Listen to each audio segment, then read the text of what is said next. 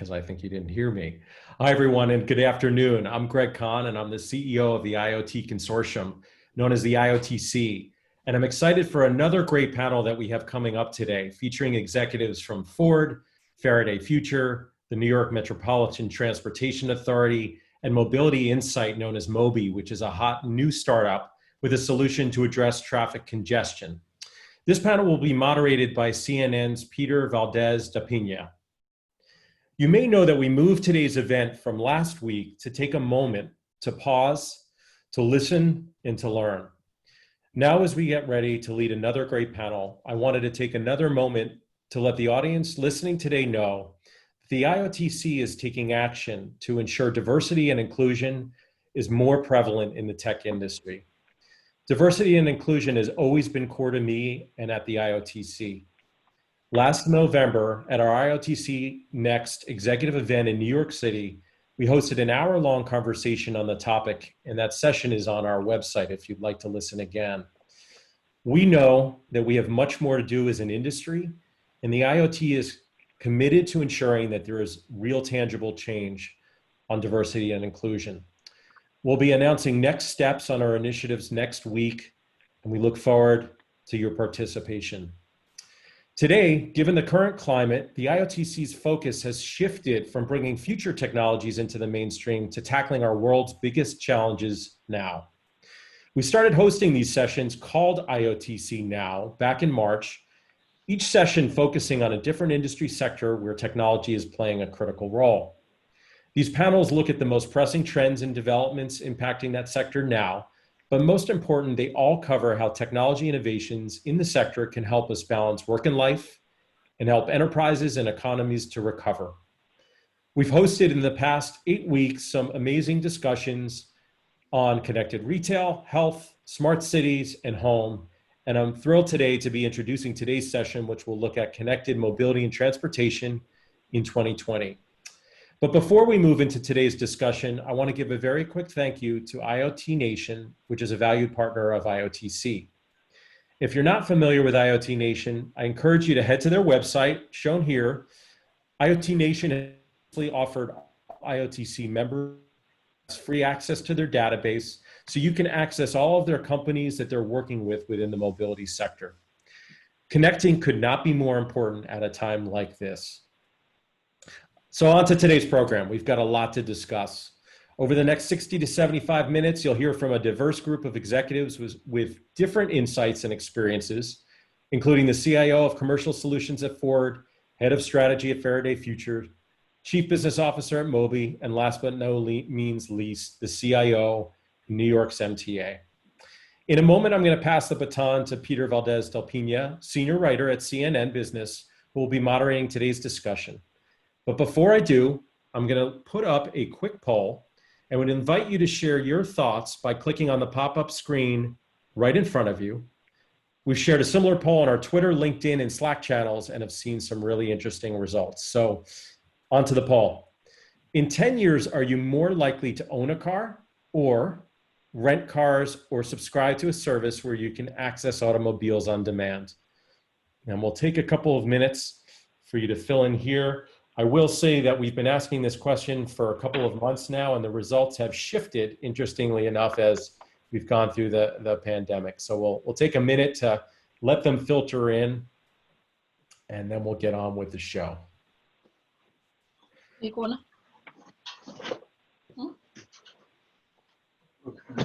We'll give it about 5 more seconds, and then we will get going. Okay, I'm going to hit end here, and I'm going to share the results. So we can see here 70% of the audience says that they will be more likely to own a car, and 30% rent or subscribe to a service. Good primer for the discussion today. Just before we begin, Peter begins the session, I want to remind everybody, if you're posting to social media about today's discussions, which we highly encourage, please use the hashtag IoTCNow, which we are using for this series as a whole. And remember, during the panel, which is next in our program, you can send in questions via the Q&A feature at the bottom of your screen, and we'll get to as many as possible in today's session. If we don't get to your question, we will be answering further on our website and our social channels in weeks ahead. Without further ado, I'm going to hand it over to Peter. Peter?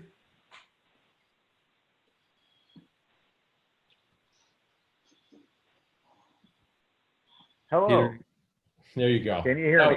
We can hear you. I've got this worked out now. This is Peter Valdez-DePena with CNN Business. I'm an automotive reporter. I've been writing about cars for about 18 years or so for CNN now. And very happy to be doing this. Looking forward to a super interesting discussion where I think I'm actually going to learn a lot of stuff. And I wanted to go through and briefly introduce each of our panelists, if I could, starting with Mark. Mark Dowd is the Chief Information Officer for New York's MTA, Metropolitan Transportation Authority. Mark, can you tell us a little bit about yourself and what you do? Sure. I've been at the MTA for about 6 months. We're working prior to COVID, working on there's always kind of divided. Like before COVID, we're working on trying to bring a lot of the transit and rail, a lot of the technologies that you see in transportation and other parts of transportation haven't quite hit transit, haven't quite hit and the innovation in that space is not as great. And I think that trying to bring some of those technologies to transit is what I was working on. And then obviously when the pandemic hit, we've been focused on trying to bring innovation into how we react to it both from our employees and from our customers. And so I look forward to talking with everybody about that. Okay, and thank you. And we also have May Russell, who's the Chief Information Officer of Ford Commercial Solutions, which is involved a lot with connected transportation and other types of technology to try to improve commercial services. May, can you tell us more about what you do? Great, love to. Hello, everyone. So at Ford over the last 5 years, maybe 5 or 6 years, I have really immersed myself, and my team has been really passionate about bringing connected vehicle services to our consumers as well as our commercial applications, which includes large fleets, police departments, cities, municipalities, etc. So how might we be able to harness the power of the signals that we get off the vehicle to improve people's lives, to make their mobility journey an easier one, a joyful one, by offering them digital products and services, something as simple as being able to stop and start your car remotely, to controlling the temperature, to first notification of loss or service, from an individual perspective, all the way to the mobility spectrum, recognizing that not everybody is going to own a car, but how might we help them with their mobility journey as they go around getting from point A to point B. On the commercial side, how might we be able to help other companies from a B2B perspective and automate their fleets, manage their fleet uptime, and how might we be able to help cities manage congestion via digital products and services, and how might we enable micro mobility, such as small shuttles, non-emergency medical transfer, last mile delivery through all kinds of ways, from walkers to autonomous vehicles. So the entire spectrum, how do we use technology to help people's mobility lives improve? Thank you. Thank you. And also we have joining us Samir Saini with Mobi, which is a traffic technology company, but I'll let you tell him more about exactly what Mobi does. Great, thanks. Thanks, Peter, and thanks, Greg. Appreciate the opportunity to share on this Zoom call what we're up to and the mobility conversation from a traffic perspective, which is the side that I think isn't talked about enough. I'm the Chief Business Officer for a company called Mobi, otherwise known as Mobility Insight. Prior to joining Mobi, I was actually on the public sector side as CIO for the City of Atlanta for several years and CIO for the City of New York. I joined Mobi, and what Mobi really does at the core is provide what we believe to be the world's first traffic management as a service platform. So we call it TMAS. what in effect it does is democratizes the ability for any city, county, state to immediately be able to actively understand and manage traffic across their road network, be able to leverage AI in very unique ways to predict where congestion is going to occur, when it's going to occur, and why it's going to occur, whether it be recurring or non-recurring congestion event. And then the last piece is leverage AI to be able to assist both traffic planners and operators with plans to preempt congestion before it emerges. And we think this is a really big deal right now in a major issue that that not just this country but the world is going to be tackling around congestion in a post-COVID world, because we're seeing this problem just get a lot worse. And I guess we'll talk a little more about what's driving this problem to become worse and what we're going to hopefully do about it. So. Thank you very much.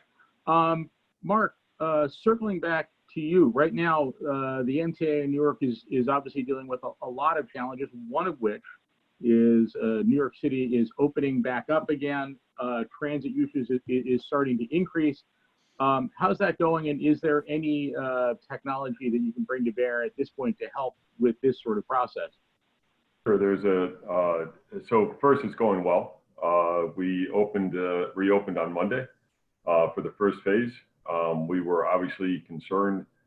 We had a significant drop in ridership as almost every transit agency had.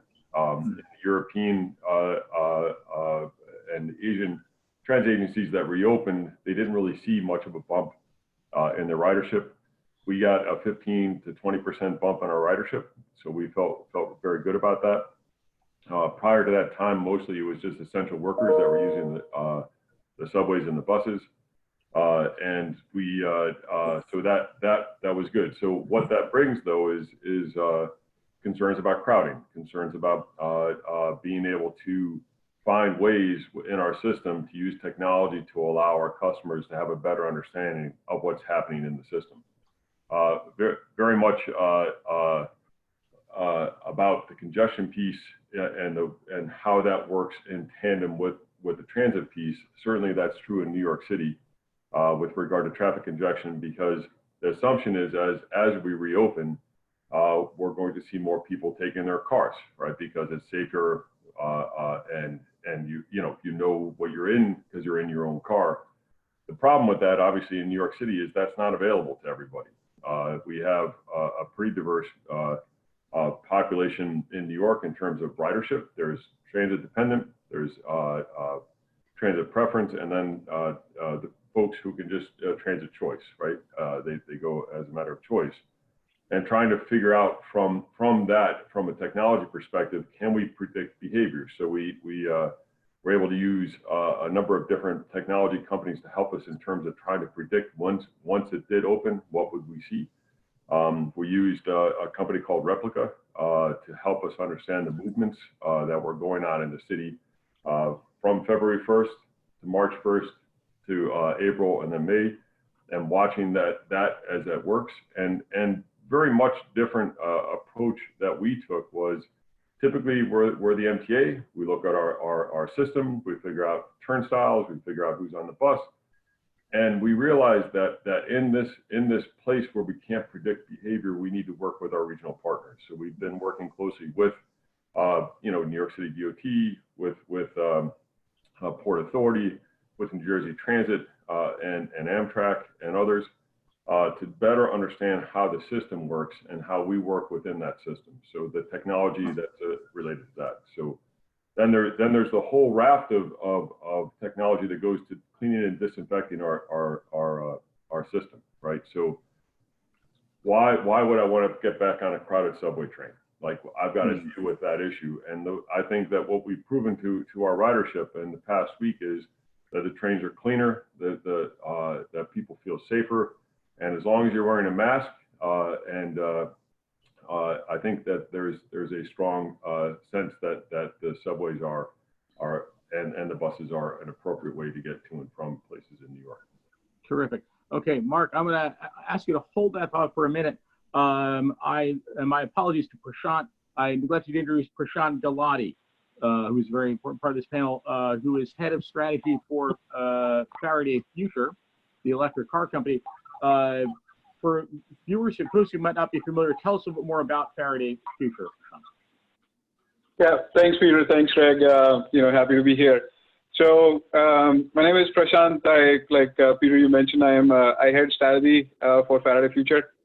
So for those who don't know, the company was founded in 2014 in Los Angeles here in California with the belief that the future of mobility is going to be connected, autonomous, shared, and electric. Now, obviously, a lot of that is more mainstream today, but I'm talking 2014, right? It's part of our mission statement since then. And so as such, all of our products are kind of purpose built with that belief.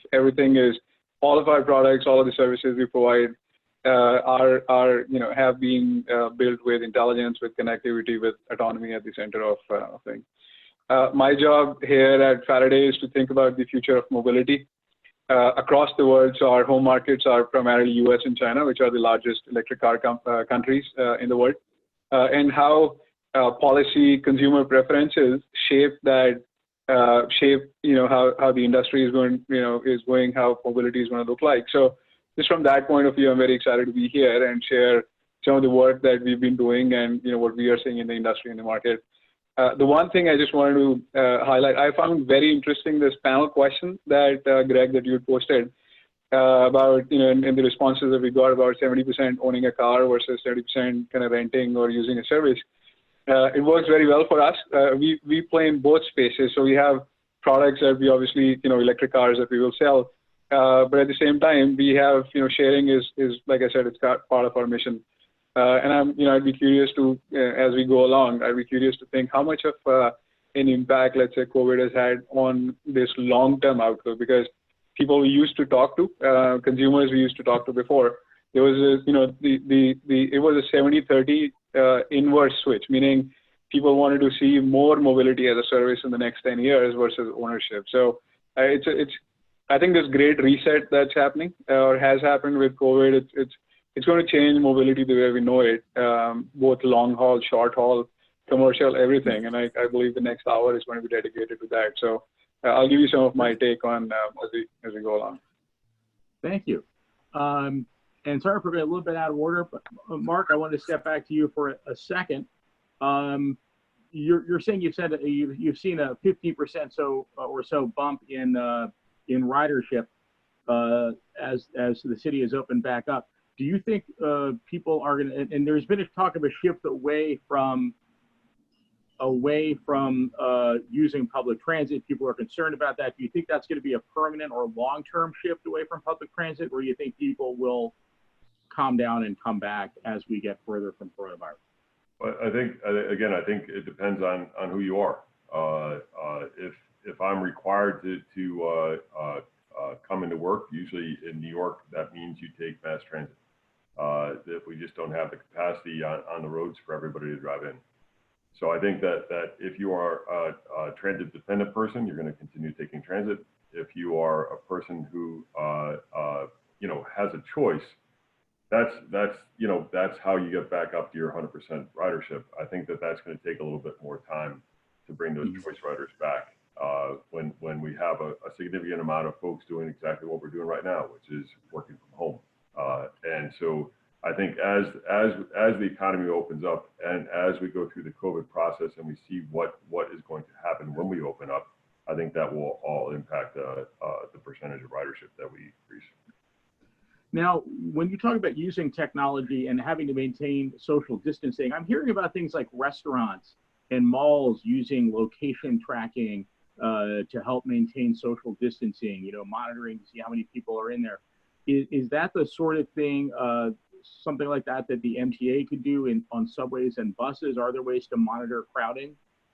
So I think yes. The interesting thing is that brings in a whole suite of technologies from our subway cars that have real-time data as to the weight of the car. That's for a different purpose, right? The purpose of getting the weight is so that it can shift as it goes around turns. and the technology associated with that. But what it does allow us to do is pull off in real time the weight of that car, and then use that as to figure out how many people are on the subway car.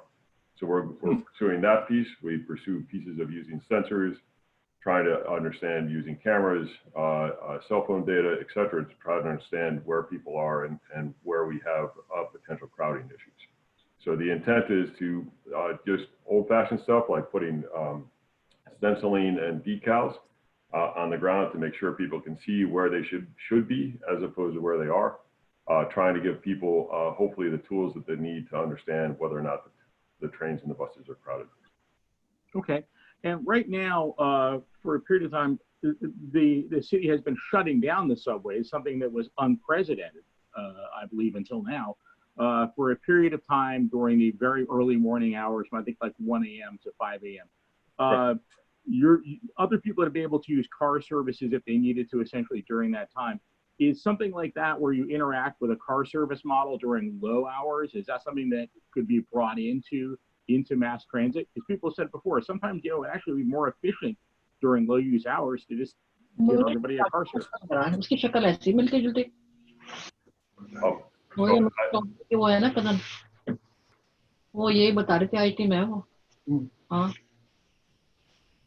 Someone did not take over my voice. That was not me. So I think what happens is that there is. Sorry, Peter. I'm not. That's fine. No, I know that's not you. So I think so the city didn't shut down the subway. Just to be clear, the governor did. Right, governor did. Sorry. It's in my woods, that's an important distinction. So I just want to make sure. Yes. And the governor shut it down because of the need for disinfection, right? So in 115 years, we had never planned to shut down our subway at any time. We were 24/7, 365, and we're very proud of that. And it's part of the culture of MTA. What's not part of the culture of MTA is running a for-hire vehicle service. Indeed, yes. So I led a team where we stood up a for-hire vehicle service, and so in other cities like that, our colleagues, my colleagues in Miami, in DC, and in Detroit had went through the same process. They had to interrupt their transit. They then offered for-hire, and they went to to Lyft, to Uber, and Via. We decided to take a different approach. We had 4 days. So the governor announced on I think it was May 1st, and we had like May 5th when the subways were going to shut down. So we had 4 days to stand up a for-hire vehicle service that we had never done before. But what we decided to do is use New York businesses. So New York-based car services. We decided to use. We built our own website. And then we brought in a company called Axon Vive, who was one of the startups that we ran through our startup accelerator. And they did an app for us, and we got that all done in 4 days. Everybody, I don't think people slept too much in those 4 days.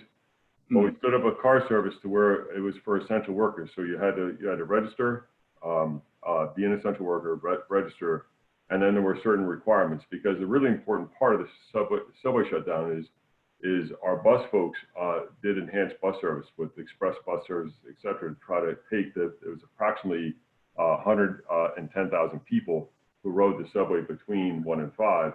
Those people were presumed to be essential workers.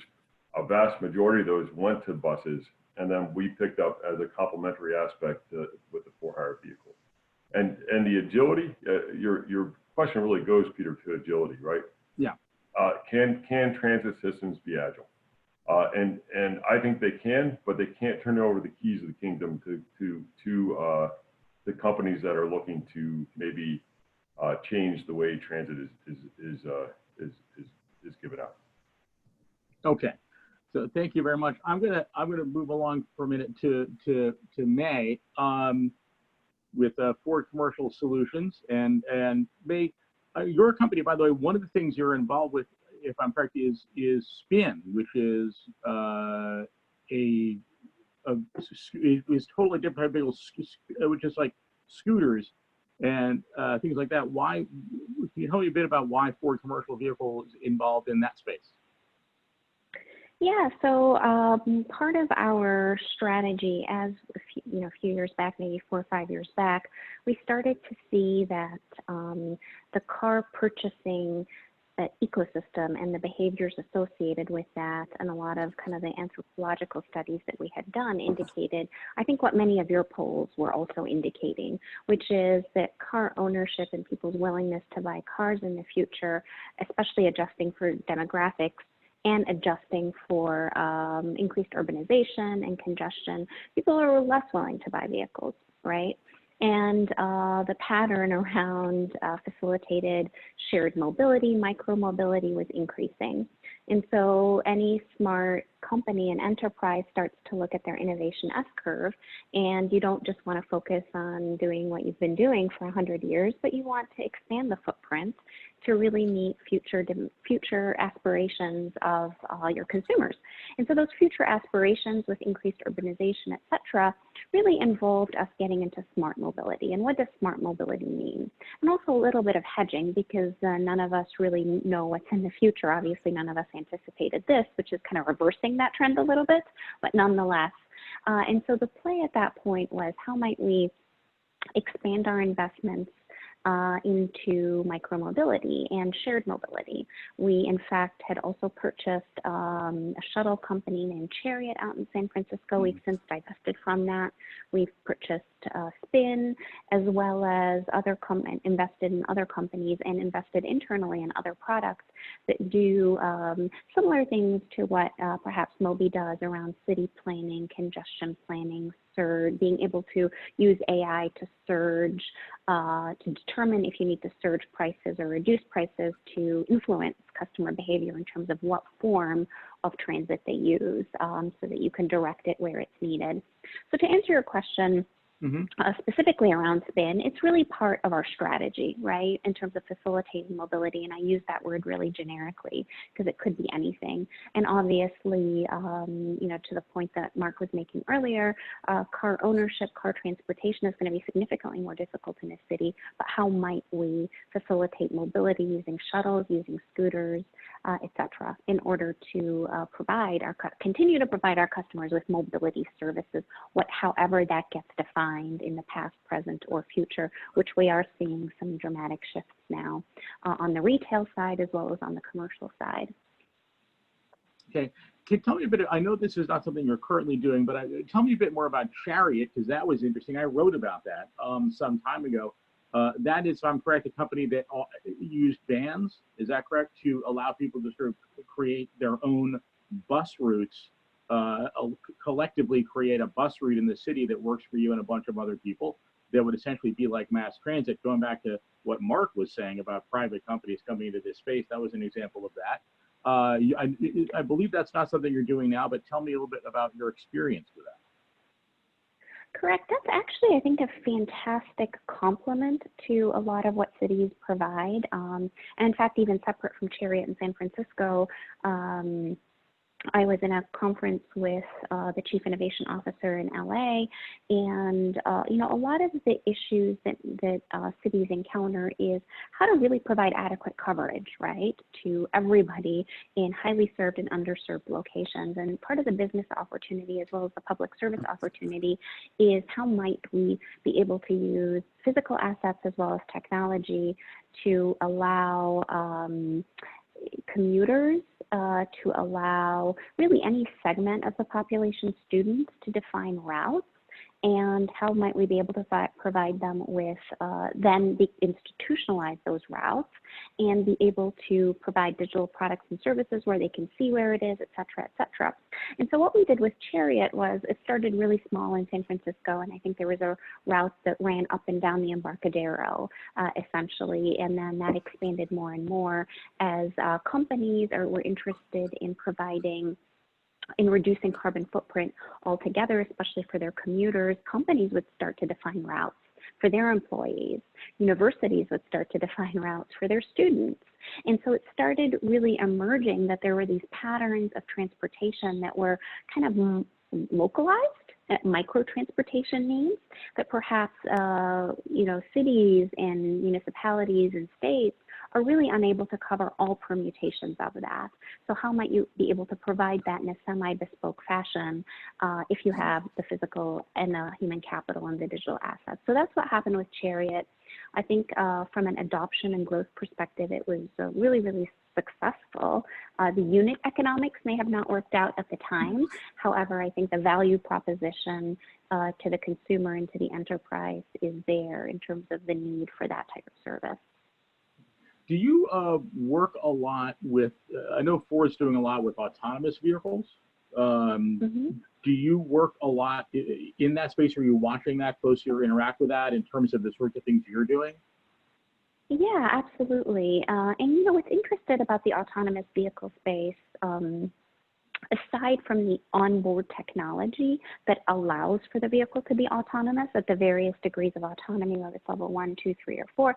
So even setting that aside, but I think what is perhaps not widely appreciated is all the products and services you need around that. So something as simple as, in fact, one of the products that is in my group and that we lead is called Curb. And essentially it's being able to, and it's led out of London, but it's being able to, as simple as provide curbside space for autonomous vehicles. That's a really, for the vehicle to be able to stop and deliver the person or the good, they have to have curbside space. And how do we automate that in a digital way so that the vehicle knows and can perhaps guarantee so it's not circling and circling and circling. And so one of the initiatives we started is one where we actually go out to various sections of London, and they're all managed a little bit differently, and act as a broker. So to say, hey, we know that you've reserved this space for residents, but the residential hours and when they need that space is quite a bit different from retail, from commercial hours, and when and AVs typically in the future will primarily be significantly used for moving goods as opposed to moving people, just because of the cost and price points. So how might we be able to manage that supply and demand? So if you look at the net of curbside space, there is enough. It's just that right now it's being held up for residential use. Maybe someone pays for a certain curbside for a certain amount of time when in fact it lays idle 8 hours a day. So to be able to broker that and say, hey, if we can resell that to autonomous vehicles or to even commercial vehicles before we get to the stage of autonomy so that they might be able to use it, and we can provide signals of what's available and when, the specification and the width and length, et cetera, and the hours, and have APIs that service that so that eventually autonomous or commercial can use it, and we can capitalize on that empty space even though it is it's not technically empty in that it's used by someone. So again, getting into that brokerage model for something as simple as curbside space. But that is actually critical to the functioning of an autonomous vehicle from a practical perspective. By the way, that's something you're doing, you said, in Europe at this time, this right. curbside bartering, if you will. Is that something that would not Correct. work or not be possible in the US, or are you just not doing it here yet? No, I think it would absolutely be useful.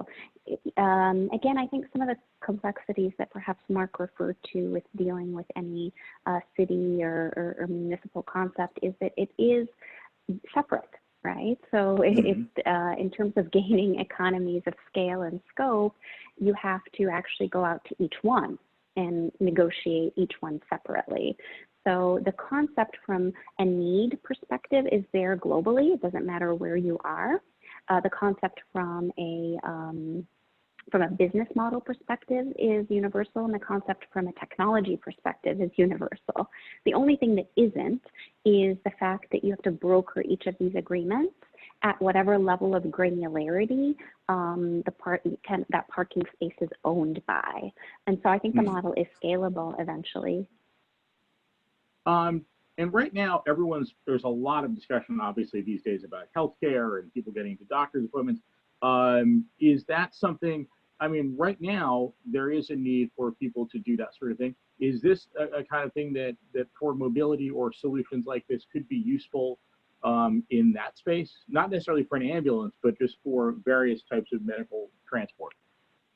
Yeah, perhaps one of my favorite products, which is one that we actually very recently disbanded right before COVID, and I wish 2020 hindsight, had we waited a couple of months, we perhaps would have had a different outcome, but it was our Go Ride service, and it was non-emergency medical transport.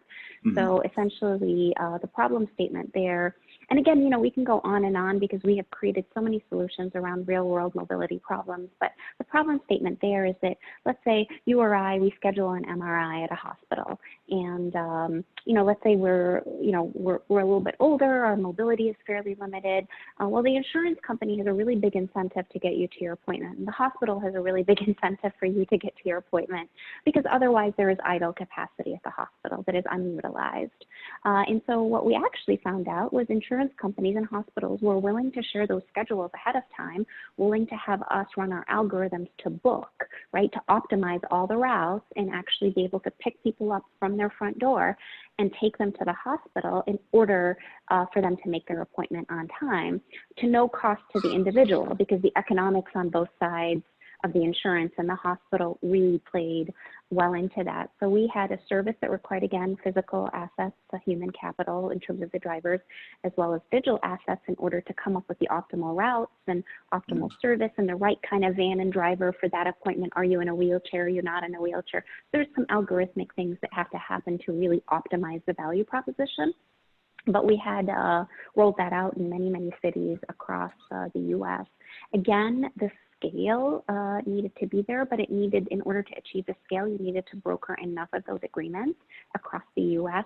to hit that level of scale. But I think the need is there in terms of a personalized service. And I know cities do provide that to some degree, but this is another area, to the earlier point, where private enterprise can really help augment that in a cost-effective way. Okay, it seems like overall what you're doing is sort of helping Ford to, is it manage or move away from private car ownership? Because it seems like nothing that you're doing has to do with private car ownership. It has to do with alternatives to private car ownership. Is that because that's something Ford is foreseeing for the future, or does Ford actually see that as a beneficial thing for the future? No, I think we see that as a beneficial thing for the future. We see that as an and not an or, right? I think with any business value proposition, it's an and. It's being able to serve your customers through all their needs. And sometimes that same customer is going to own a car, and we want to provide the best digital products and services, whether they're renting it through Hertz or whether they're buying it. We want to give the customer the correct experience, but we also want to expand and provide, whether it's mobility, whether it's the practical business solutions, whether it's helping cities out. So it's really about having a really great end-to-end portfolio that makes us a trusted mobility company by having the complement of services and recognizing our customers go through various stages in their life cycle, whether they are retail customers, which is about 70% of our mix, or our commercial customers, which is about 30%, and really being able to service that entire spectrum of customer needs. Great, thank you. And I'm going to move on to, I want to talk to Samir with Mobi, Mobility Insights, about your traffic management company, which kind of keys into many things that we've already talked about, both from Ford and from the MTA. Tell us more about how your technology works and what you do. Sure. So, you know, what's funny about this conversation is, you know, whether or not, you know, you own a car or you rent a car, or whether the car is purely mechanical or connected or autonomous, or you own a bike also, or you own an e-scooter, there's one thing that's in common with all of those things, right? Which is that all of those modes of transportation share the same road network, and that is and ultimately that's what we see as being the emerging problem, right? For urban areas in particular, which is the ability to actually manage what we expect to be in a tsunami, right, of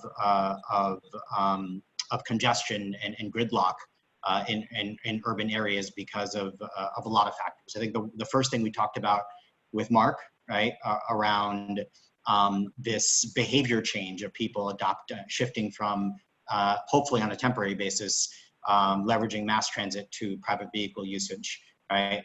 But also there's there's other reasons why congestion is going to get a heck of a lot worse.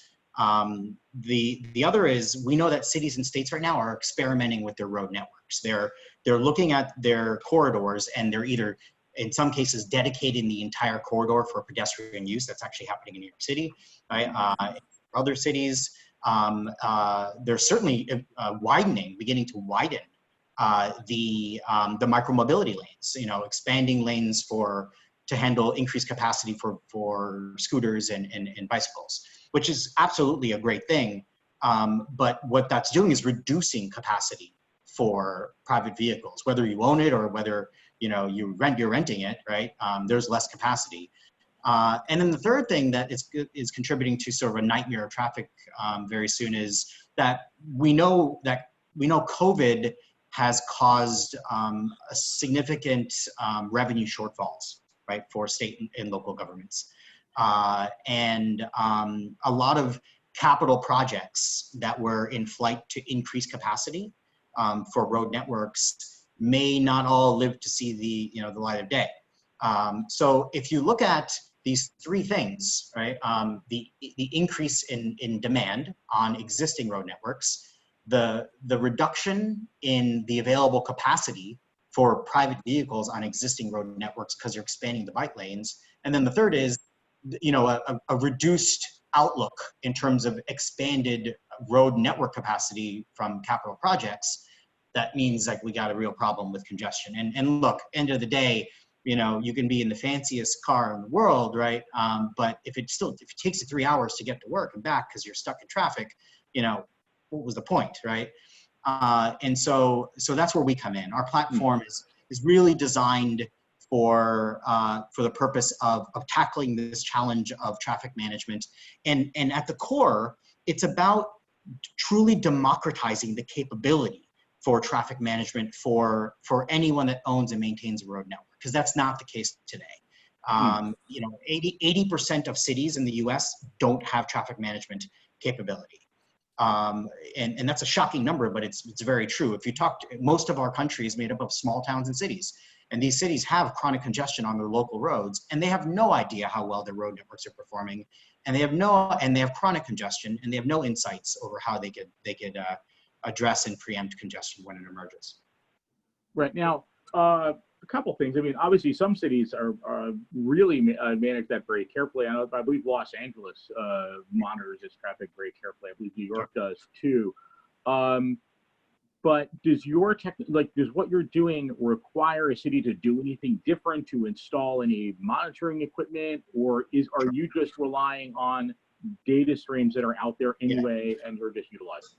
So that's sort of the part of the magic of the platform. So it's our ability to fuse data from existing sources to create this picture of real-time understanding of how traffic is performing across a spectrum of KPIs. That data is cellular data as a primary source, but it also includes GPS location data. It includes data that OEMs can provide us, like Ford, for example, right, from connected and autonomous vehicles. But fusing all this data, to really power the AI and provide this real-time understanding of how traffic's performing, predict where congestion is going to occur, and then enable the ability to preempt it. The reason that's a big deal is it's not a heavy infrastructure requirement. And we think that's a big deal towards our goal to democratize the capability. So if you're a city of like 10,000 people in South Florida, and you have chronic congestion, and we've talked to several of those cities, you don't have the money to install, heavy infrastructure, right, to understand how traffic's performing. You definitely need it, and you definitely need to tackle the growing problem of congestion that you're expecting to hit. So what do you do? Where do you turn? And that's where we come in. So, one way to look at our company is similar to how sort of navigation providers like Google Waze and Apple Maps democratize the ability for any one of us to navigate through traffic just through our phones. We're doing the same thing on the other side of the spectrum, which is democratizing the ability for any city, county, or state, anyone that owns a road network, to manage traffic itself. And so that's the notion. Okay, and hopefully smooth things out. I wanted to talk a bit with Prashant at Faraday Future, just so we have everyone on board here. Prashant, you're with Faraday Future, a company that will be producing connected electric cars. Can you tell me a little bit more about the product that your company is going to be offering and how it's going to interact with its users? Yeah. So I want to do two things, Peter, if you're okay with that. One, I love talking about our product, and I'll touch on that and how connectivity is core to what we do. There are two questions that I see, which I believe are very relevant to how we think about the world, and I want to very briefly touch on that afterwards, if you're okay with that. Yeah. That's fine. Okay. So like I was saying, so we are. So here is how we look at the world, right? And I think you heard it from me and quite a bit. There isn't as much. We don't think of ourselves as an electric car company, right? Simply because there is, while we have at least at this point, we believe we have the finest technology on electric cars. We've been working on it, spent $1 billion or so or more on that. The differentiation is not going to be in the drivetrain, right? The differentiation is going to be in the connectivity, in the user experience, in the computing platform. So all of our cars, we think of them or have thought of them and designed them as like supercomputers on wheels, if you will, right? Mm-hmm. So there's a supercomputer for autonomous driving. There is a supercomputer for for your infotainment, for your experience. There are 100 inches of screens, sensors, cameras. I mean, it's loaded with technology. We've done stuff that we did a lot of R&D or spent a lot of time and resources on R&D, but with the intent of making it scalable, right? So, you can start a company with just building an electric car, which is, primarily, let's say, what quite a few other companies have done.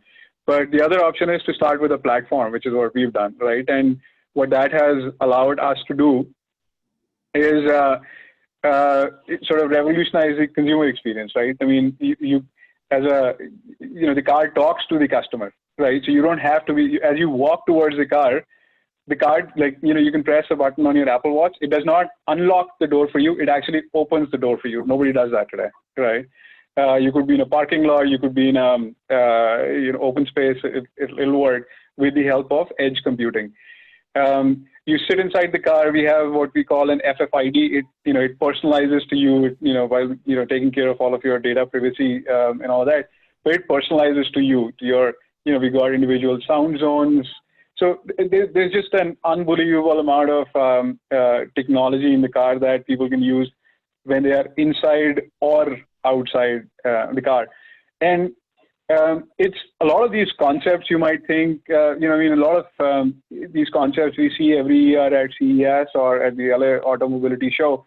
But I just want to emphasize for, let's say, our audience is it's a whole lot more difficult to do than just to come up with ideas. Like for an example, mentioned, it's an entire ecosystem that has to come together to develop this. And we're seeing it, like if you followed, let's say, the Volkswagen ID3, right? It's a very ambitious project, and it's a great car that's going to come out.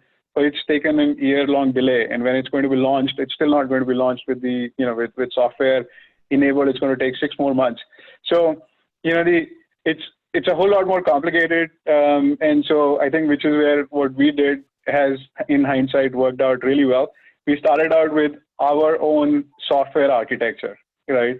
With our own control units, with our own modems. Everything we do is all in-house, and that's kind of like as we talk to other companies and OEMs, it's a huge differentiator that people see, and I think you see in my background. There is so much to love about the car with the recline and the connectivity and the experience.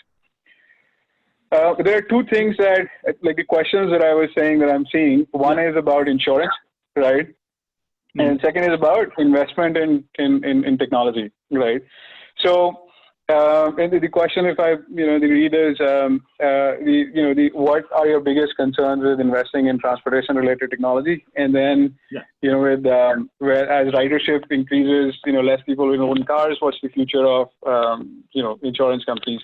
Now, the way we think of it at Faraday is, obviously, and I'm speaking more pre-COVID because what's happening in the world today. It's a little bit. It's going to take a little bit more time to refine our assumptions and models. But pre-COVID, we absolutely believe that urbanization is going to increase, right? So across the world, there's about 700 million or so more people are going to go to urban areas, and they are going to need mobility, right?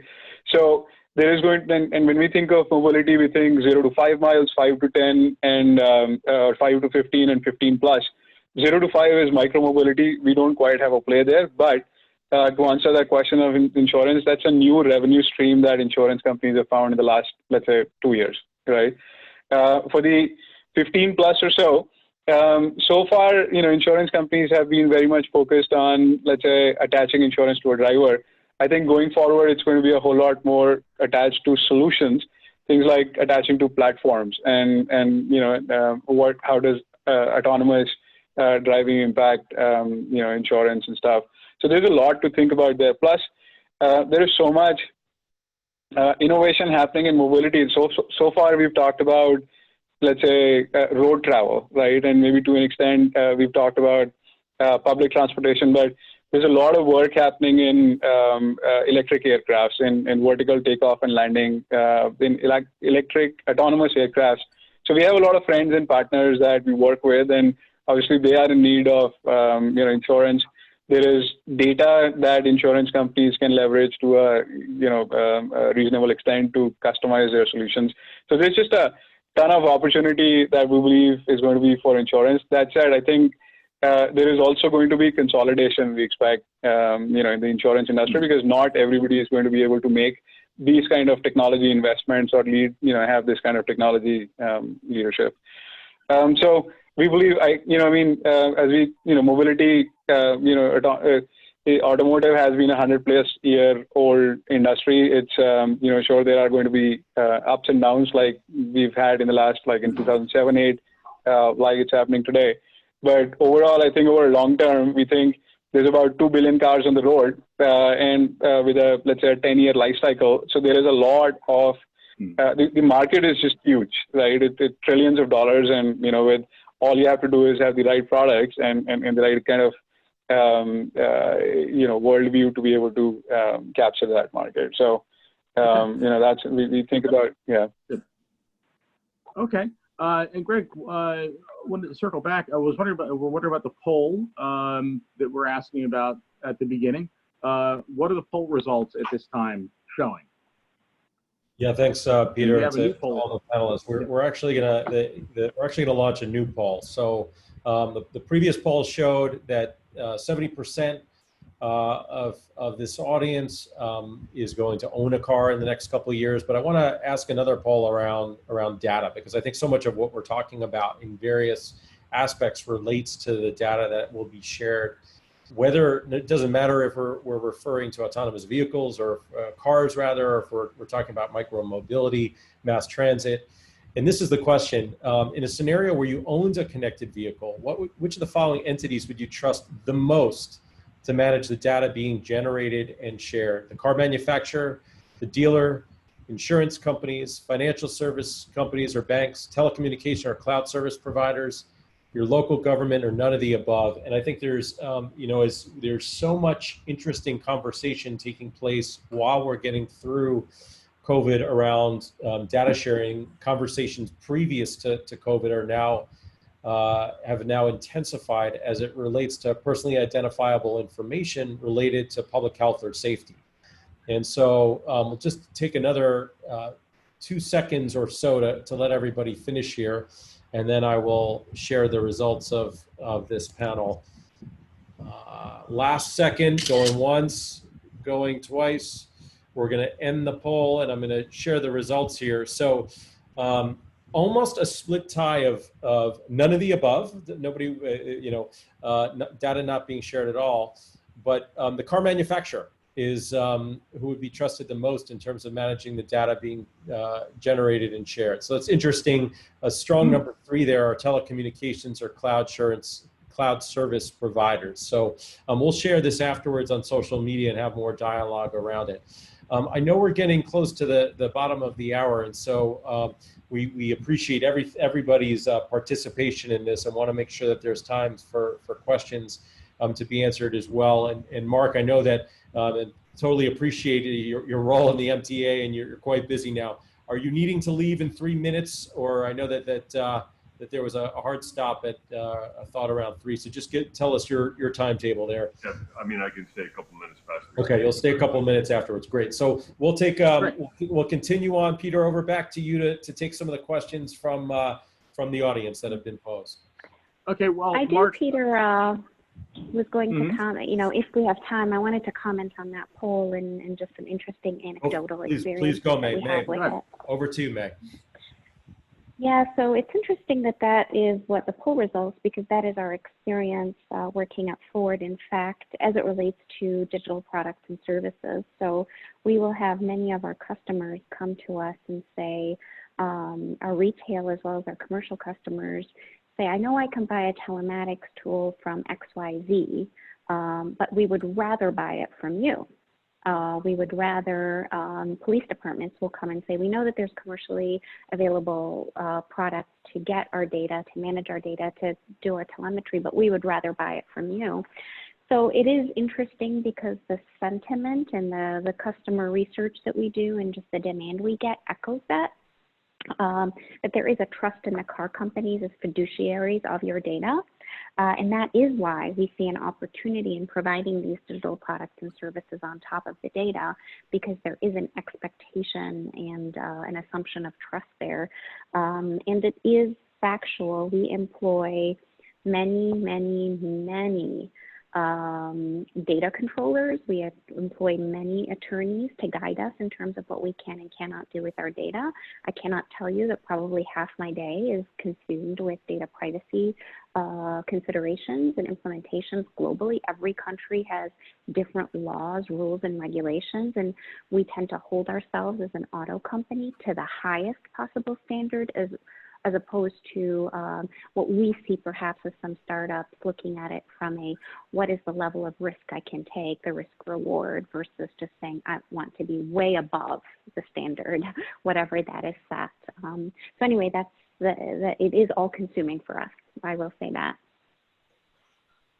all right, and also we have a question from one of the audience members about technology and mass transit.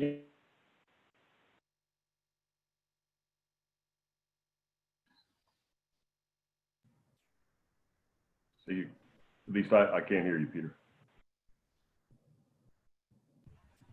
We lost Peter for a second there, so I'm gonna jump in there until Peter gets back on. So yeah. The question, Mark, is that will cities look towards Oakland and its Slow Streets program to damp traffic, encourage social distancing, and provide safer access to the streets for residents? So just any thoughts in terms of if you think other cities, the question specific was to Oakland and California, about will programs be developed to damp traffic and encourage social distancing and provide safer access to streets for residents? So if you have a point of view on that. Sure. I think there's another question also in there, is that are there technologies, et cetera, that can incentivize you getting away from cars, which is an age-old question. And then the other, I think somebody else also asked, like, hey, now that you've seen that your city is wonderful without traffic, what are we going to do to try to incentivize that? And all those things are a little bit of like, there has been a slow movement in my mind, where we're trying to do complete streets, trying to do street design, some of the ways to allow for more people to congregate in spaces and the de-emphasizing the automobile in cities. That has been kind of a slow trend. And I think with what we saw as a result of COVID-19 and the response, and I think there's going to be an acceleration and appreciation for that space. So there are certain things that it hit just as Samir mentioned, we're going to have less money for some of the capital programs. Yeah. On the flip side of that, I think it's accelerated the interest and appreciation for the fact that we can't all drive our car. And so I think there's going to be an interesting, we're not done with the pandemic yet. And I think that's a really important part that people are forgetting, is that we may have gotten through the first crisis, but certainly for us, I've worked with a bunch of really smart folks at MTA to start planning what would we do when it comes again, because we weren't really ready for the first one, but it's going to come again, and what do we do? And I think that as we go through the convulsions of this and we see what the outcomes are, my guess is that there will be a de-emphasis on the car and more emphasis on people in space.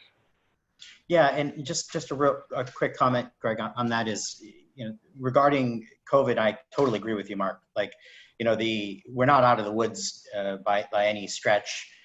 There may be future waves of this, right? When we talk about the road network and we talk about traffic, it's funny. It turns out that the absence of traffic is still traffic management. It's still under the umbrella of traffic management. So, like, what you're seeing right now in cities like New York City, for example, is plans being activated in the absence of traffic, right, to provide to provide real estate, right, for corridors for other purposes, so people can stretch their legs and get out of their homes. That in itself is a traffic plan. It's the ability to dynamically fetch a plan to address what's needed for the community based on what's happening in the community at the time. That can mean a super busy. It could mean pre-COVID days where traffic's horrible and we need to just optimize traffic flow, right? Or it could mean the absence of traffic and activating plans to support what the community needs, right, in that scenario, and being dynamic about it, because things will always change, and having the ability for cities to be able to fetch the right plans at the right time, depending on what's needed, in the present, right, is what it's all about, right? Yeah, just to build on that, that is exactly, we asked for 20 more miles of bus lanes from the city. Yeah. And we'll give it. And right. There's it's a very New York issue, but we have a 14th Street is now like it's this amazing innovation.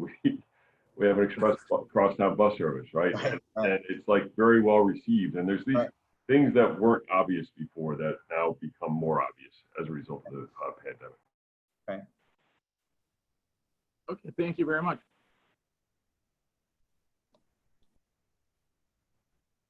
By the way, am I back with you now? Can you hear me? You are. And Greg and Peter and May, Samir, and Prashant, thank you very much for letting me participate. It's very nice meeting all of you, and wish you guys a happy day. Mark, we appreciate your time, especially in light of what you're going through today. So thank you for joining us. We'll let you leave and sort of bring you back in for a future session for any other questions that are coming up. But thank you for being part of today's session. Thank you. Peter, I think we probably have time for one more question from the audience if you want to pose, and then I'll kind of wrap up the session today. Sure, that'd be great. Thank you very much. So what about as things move forward, do we foresee, first of all, fewer people owning cars? Is that something that we think is going to happen? Maybe that fewer people are actually going to own cars in the future. We're going to see more people using shared transportation of various kinds. And also, that's a question, I guess, for Prashant as well. Yeah, I don't think we see that now in terms of the absolute numbers. Depending on demographic trends, population growth, increased urbanization, those are really key factors. And depending on how people's behaviors change post-COVID, will there be a slowdown in urbanization because of all the things we saw with COVID? Do people prefer to live in less dense areas? Then we'll see a rise in car ownership because the public transportation network around those, or micro-mobility, as you get into the suburbs, is more sparse. So you will see a rise in co-ownership if if we see less dense cities. And so I actually think that this might be an inflection point right now, and it will be really interesting to see how demographics, how behaviors change, living behaviors change over the next 5 years. I think that will be more deterministic. The trend before had been with increased urbanization, et cetera, and increased interest in car sharing, especially among millennials, that car ownership was going to perhaps plateau, not decline, but maybe plateau. But those factors are now different. So, and I think it's too soon to tell, but it might result in increased percentage of car ownership year over year, maybe. And Prashant, with Faraday Future, do you see certainly a more electric cars, I suppose, but do you see car ownership as being something that is in the cards, private car ownership for the foreseeable future, or do you see Faraday products being used in other ways? Yeah, so sorry, my video somehow stopped working, but very much here. So I'll give you a short-term view and a long-term view of how we think about it, right? In the short term, we are seeing that, the driver applications are actually, driver license applications are going up across the world, and that is primarily driven by COVID, right?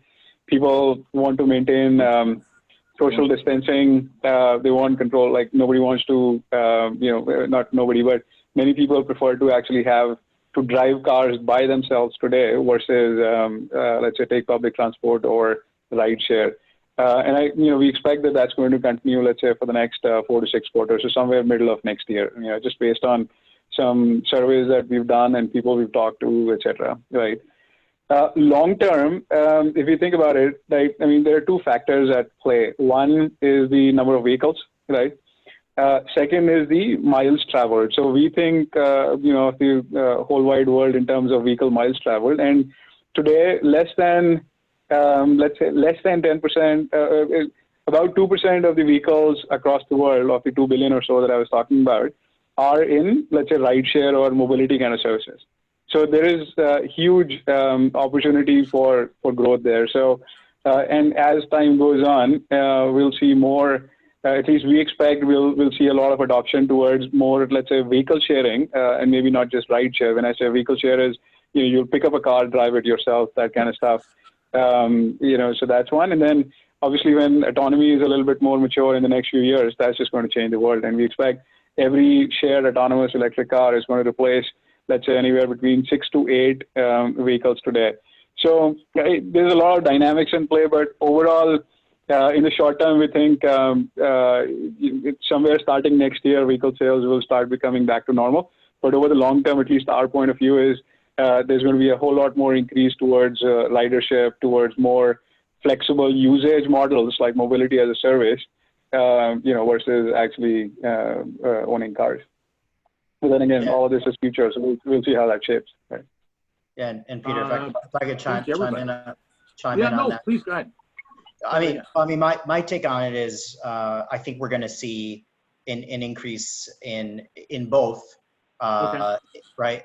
And so, and it's no one has a crystal ball here, so I think it's going to be it's unclear what the ratio is going to be, but there'll be a world where there will be both, right? It won't be absolute one or the other, right?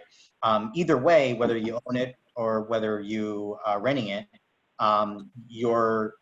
what I can tell you for certain, although I don't have a crystal ball for this, but I'm pretty confident in it, is that you're going to get stuck in traffic because whether you own it or whether you rent it, you're on the same road network, right? Yeah. And that road network isn't getting any bigger, right? And so recognizing that, I think there's got to be obviously things that we're doing to help cities with actively managing traffic and optimizing traffic flow across the road network, but also for OEMs, right? For the Faradays and Fords, of the world, right?